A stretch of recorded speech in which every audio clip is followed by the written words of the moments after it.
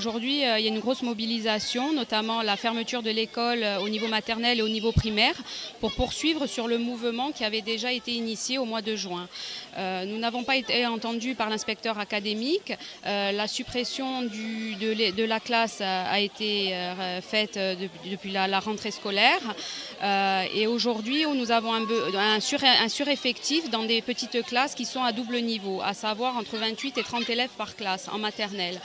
Et on a également un besoin pour une élève qui est particulier et qui aujourd'hui n'est pas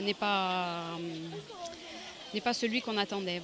Pour les classes de primaire également, on bloque également parce qu'on a un souci de sureffectif et toujours ce même besoin particulier en AVSI. Donc une AVSI a été nommée, mais elle doit se dédoubler sur la maternelle et sur le primaire au même moment dans la journée. Donc ça, c'est pas possible. Quelles sont vos attentes à la suite de cette manifestation ? Donc on souhaite que la classe soit maintenue en maternelle pour le bien de nos enfants, pour une qualité d'enseignement, et on souhaite qu'il y ait un poste pour chaque enfant en AVSI. Vous avez un message à faire passer peut-être au recteur qui était là il y a quelques jours encore ?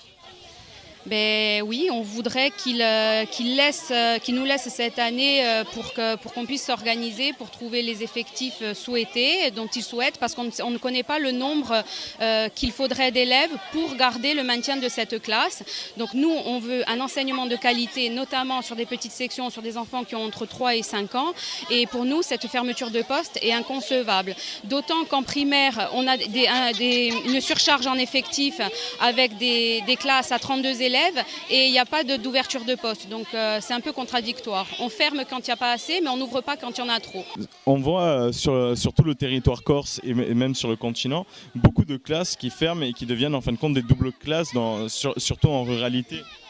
Oui, on a vécu ce problème il y a quelques années, notamment à l'école de Saint-Martin, où l'école a été fermée. On nous avait promis que s'il y avait les effectifs, on réouvrirait. Mais on se rend compte qu'à chaque fois que c'est fermé, ça n'ouvre plus.